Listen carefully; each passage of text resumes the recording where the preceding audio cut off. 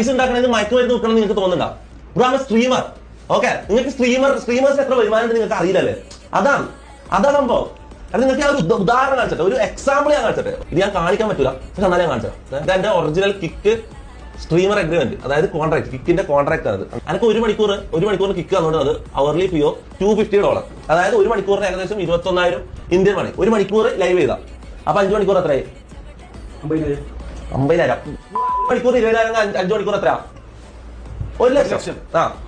1 ലക്ഷം ഒരു ദിവസം ആവറേജ് ഉണ്ടാക്കുന്നത്, ഏറ്റവും കുറഞ്ഞത്. ആലോചിച്ച് നോക്ക്, ഞാൻ 8 മണിക്കൂർ സ്ട്രീം ചെയ്ത ദിവസം ഉണ്ട് ഒരു ദിവസം.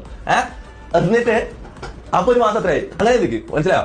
അതായത് ഒരു ദിവസം സ്ട്രീം ചെയ്താൽ 1 ലക്ഷം രൂപ സ്ട്രീമിംഗ് പ്ലാറ്റ്ഫോം മാത്രം തരും. പിന്നെ സൂപ്പർ ചാറ്റ്, ഗൂഗിൾ പേ, അങ്ങനെ ആയിട്ട് കുറെ പൈസ അവിടെ വരും. പിന്നെ പ്രൊമോഷൻസ് അത് ഇത് അങ്ങനെ പറയും, ഇനോഗ്രേഷൻസ് അത് ഇതായിട്ട് അങ്ങനെ പറയും. അങ്ങനെ വരുന്ന ഞാൻ എന്തിനാ മയക്കുമരുന്ന് കച്ചവടം ചെയ്യുന്നത്? എനിക്കെന്താ തലയിൽ ഓളമില്ല?